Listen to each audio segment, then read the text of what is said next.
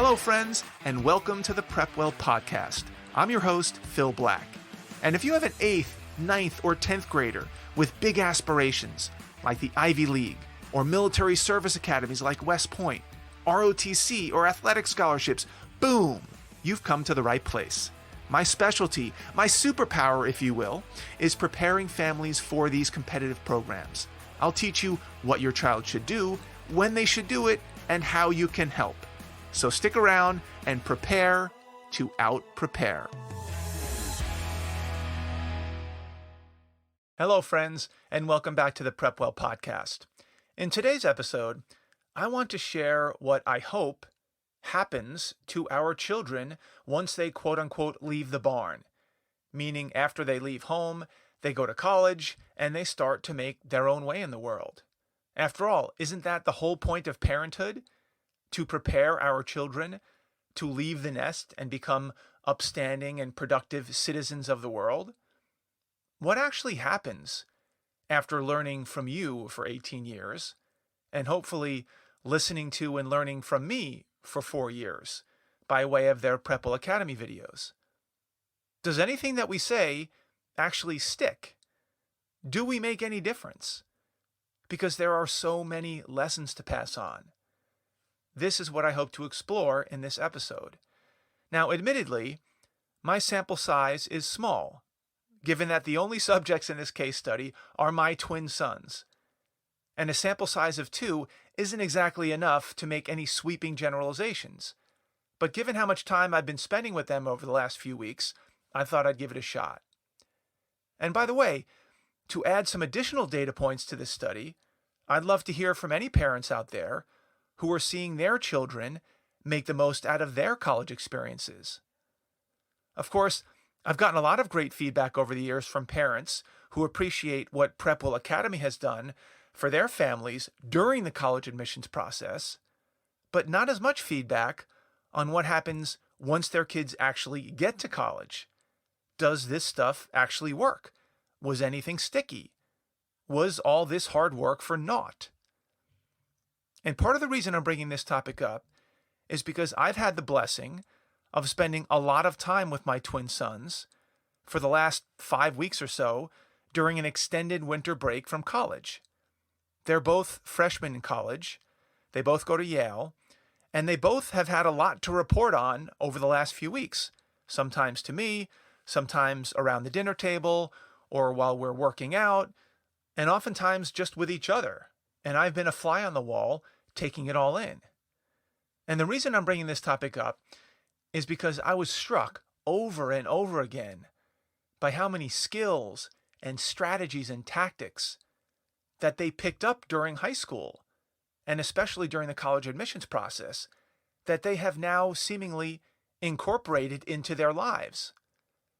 I would hear them say something, for example, in casual conversation with each other, and I found myself looking over to my wife and making eye contact with her as if to say, "Did you hear what I just heard?" Because we couldn't believe it. They were actually talking about stuff that we had spent years trying to teach them, often with little to no feedback, as if this was just part of everyday life. It was a big surprise because the college admissions process was tough for them, as it was for most students. And what my wife and I expected of them, which was a lot, was not always well received. In fact, I might even say not often well received, because we asked them to do hard things. We asked them to trust us. We asked them to take a leap of faith that these things would pay off, quote unquote, down the road, because we knew that these were the things that would pay off down the road. But you as a parent know that there's a fine line between our expectations and reality. And that's the needle that we try to thread every day. Now, we didn't have any big blowouts and screaming matches and fights during the whole college admissions process, thankfully. But the boys, they did have very full plates, and we expected them to put their very best foot forward. So while my sons were home from college for a few weeks, and they got comfortable at home again, and they let down their guard at times, what did I hear, observe, and experience? Well, quite a lot. And I'd like to go through a few of these things that I heard them say and witnessed them do that made me think that maybe a few of these PrepWell Academy lessons actually did stick. Let's start with a quote that I heard them say over and over again. The quote is, "Figure it out, dude. Just figure it out." I heard this over and over again from one twin to the other. It was a very common refrain. I heard it downstairs, upstairs, while they talked to each other in their respective bedrooms through the walls. This was in the context of selecting their next semester classes, requesting a change of major, unraveling their school's cryptic COVID return to campus policies, responding to cryptic emails. And as a parent, this was music to my ears. They weren't running to me or to my wife to solve these problems. And many times we were sitting right there or a room away. They didn't even consider asking us for help. They would constantly remind each other, "Dude, figure it out." I found this to be a very positive sign, as much of college, and dare I say life, is figuring things out on your own. This concept of learning to figure things out on your own is something that I harp on over and over and over again during the PrepWell Academy videos. Thankfully, this is one concept that seems to have stuck. Then let's talk about study environments. I talk often, especially in 9th and 10th grade PrepWell lessons, about the importance of your study environment. Where do you do your studying? Do you study while lounging on your bed that's not made? Or in the cafeteria at school that's loud and distracting? Or in front of the TV? Or with your phone close at hand? And I try my best to correlate the cleanliness and order and quiet of your study environment with how you will perform academically. And the correlation is clear. If you commit to keeping a clean desk, a decluttered room, you have ample lighting and quiet, you are setting yourself up for success. And you can imagine how that message is received by a teenager.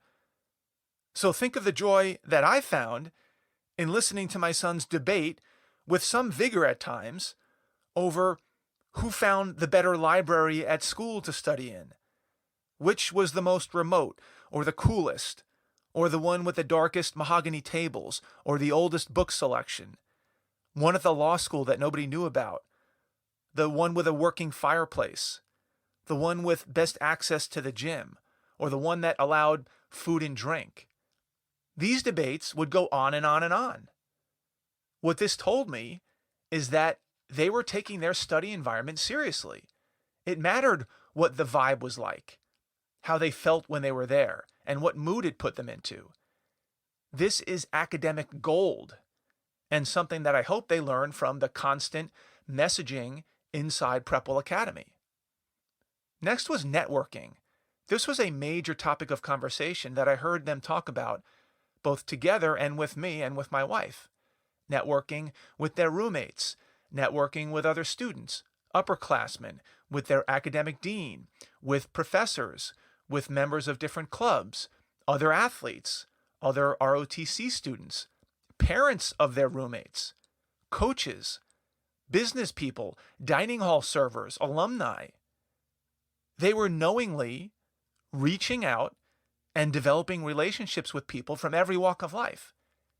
This is a very important skill.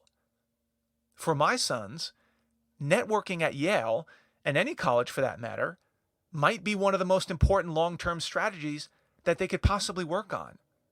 The opportunities are endless if you make the time to get to know people and help people out and make yourself a known entity. And I can only hope that they learned the importance of this skill thanks to PrepWell Academy's insistence that they connect and build relationships with their guidance counselor starting in 9th grade, their teachers, especially their 11th grade teachers, their water polo, lacrosse, swimming, and basketball coaches, their debate team leader, their senior Boy Scout leader, the college representatives who came onto campus, their high school campus, their alumni interviewers, their high school principal, And the list goes on and on and on. For many high schoolers, this seems to be one of the most challenging lessons. For one reason or another, high schoolers seem to be very reluctant to reach out to important adults in their lives, to build relationships with them, to communicate with them. And it's a massive missed opportunity. So when I heard my sons discussing how to best reach out to their ROTC commanding officer, or how to best solicit speakers for a leadership conference they were working on, or how to connect with the Yale crew coach, or how to try to get themselves invited to a Navy SEAL rucking competition, or how to get special permission to get into a class called Introduction to the Occult Sciences. Yes, that's a real class. I couldn't help but think that the time they spent building relationships with adults in high school seemed to be paying off. What about time management? When you get to college, time can be your friend or your foe.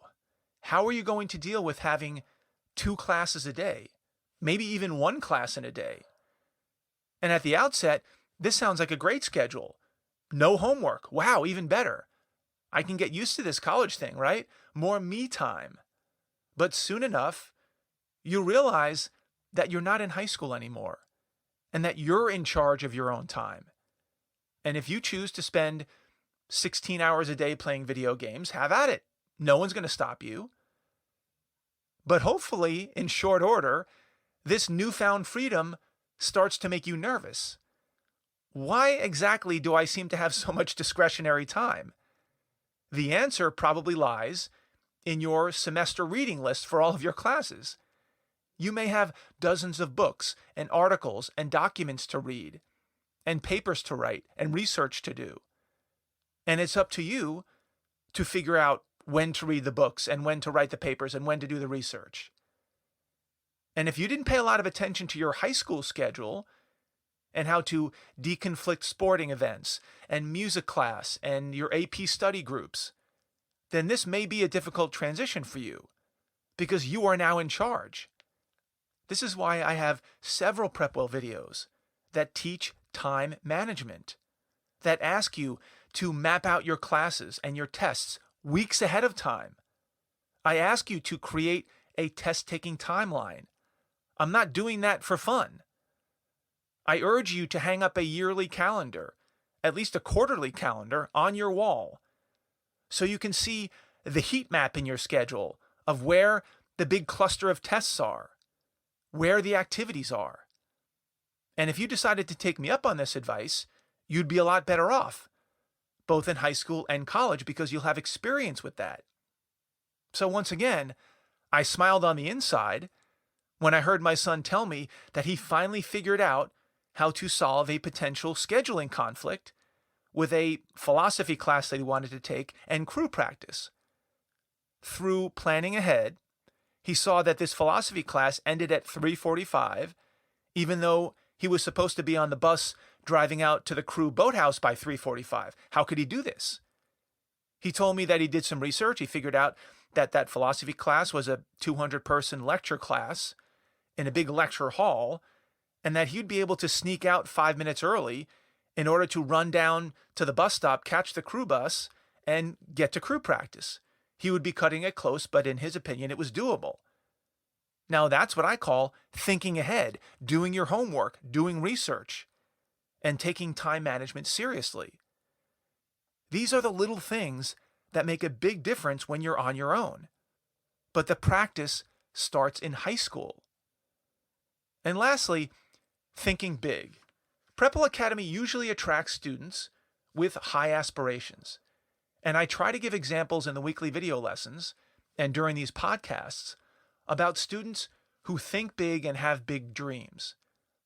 And if you see enough examples of people, including your peers, who push themselves and challenge themselves to do some wild stuff, you may get inspired to do the same. And lo and behold, as I'm listening to my 2 sons map out their proposed class schedule over the next 3 years, I was excited to hear that they were considering double majoring, they were considering starting a new language, a new foreign language like Russian. They were thinking about what it would take to win a Rhodes Scholarship upon graduation and found out that you needed at least a 3.7 GPA, so maybe that would influence what classes they would take. My point here is that they were not just trying to squeeze by. They were allowing their minds to explore and consider anything and everything. I never heard them talk about a single opportunity that they thought was out of their reach, including making the crew team as a walk-on, going to law school, pursuing a joint JD MBA, trying out for the Navy SEALs, writing a book, dropping out of college to start a business, taking a gap year, buying a Sprinter van and traveling the world and surfing for a year. These were all things that were on the table that they were debating, as unrealistic as they may seem on their face. From what I observed, it appeared as if they could imagine it, they felt it was within their grasp. And that, as parents, is what I think we want for our kids. This type of worldview represents what's called a growth mindset as opposed to a fixed mindset. And I cover this topic both directly and indirectly many times inside the PrepWell videos. And I was ecstatic to discover that my son seemed to be more, at least right now, more on the growth mindset side versus the fixed mindset side of things. It was very gratifying to witness this type of personal growth in my two sons over the course of just a few months in college. They had come a long way in a short amount of time. So many of the things that I, and by extension PrepWell Academy, tried to teach them seemed to be shining through, whether they knew it or not. And it wasn't like they ran up to me and said, "Hey, Dad, thanks for all the PrepWell lessons for the last 4 years. Golly gee, they're really coming in handy." Of course that's not going to happen. For one, as parents, we rarely get any credit for any lessons we try to pass along to our kids, nor should we probably expect such credit. And secondly, it's not like there was a PrepWell lesson called How to Think Big or How to Network in College. Instead, these were the ideas that were sprinkled throughout the lessons over the course of years. Some of the lessons were more explicit than others. Some were practical and straightforward. Some were more tactical, where others were more strategic and high level. Others were more indirect and obtuse. But when taken together, at least from what I've just observed for the last 5 weeks, it seems that many of these lessons have landed. And I honestly think that a lot of this observable growth is the result of, number one, early intervention, ideally starting in 9th grade. 2, long-term exposure to these concepts. I'm talking 3 to 4 years. Number 3, continuous reinforcement from multiple sources, not just the parents, but teachers, coaches, and their PrepWell videos. Number 4, engaged parents. Parents who are trying to stay on top of these things. And lastly, number 5, at least a moderately interested and motivated student. Obviously, the more motivated, the better. And in my opinion, all of this goodness can be catalyzed during the college admissions process, which acts as a microcosm of the real world, of what the real world will throw at you sooner than you think. So please, take these 3 to 4 years in the life of your teenager seriously. And hopefully one day, you too will be smiling on the inside when your child comes home from college for the holidays and they start spouting off about things that they want to do and see and be and conquer. It will warm your heart. Now, if you've had similar experiences with your child during their break from college, please share them in the comments below. I'd love to start gathering a long list of testimonials that encourage parents and their children to stick with it. Because even though it's not easy, it is worth it. That's all I've got for you today, folks. Thank you for tuning in. Thank you for the continued support. If you know a parent with an 8th grader, 9th grader, 10th grader, 11th grader, 12th grader in high school that might find this helpful, please share the episode with them. You can do that by finding that small box with a tiny arrow pointing up. That's the share button. Click that button, text your friends the link to this episode, with a little personal note from you recommending that they give it a listen. Of course, if you have questions, comments, or an idea for an upcoming episode, please reach out to me by email, DM me on Instagram, check out our blog, Facebook page, connect with me on LinkedIn. I would love to hear from you. Until next week, goodbye, good luck, and never stop preparing.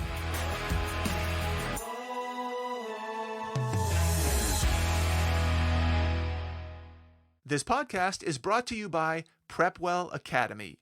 PrepWell Academy is my one-of-a-kind online mentoring program that delivers to your 9th or 10th grader a short, highly relevant video from me every week, every Sunday in fact, where I give them a heads up about what they should be thinking about to stay ahead of the game. To get these valuable lessons into your child's hands, please head over to PrepWellAcademy.com and enroll your child today.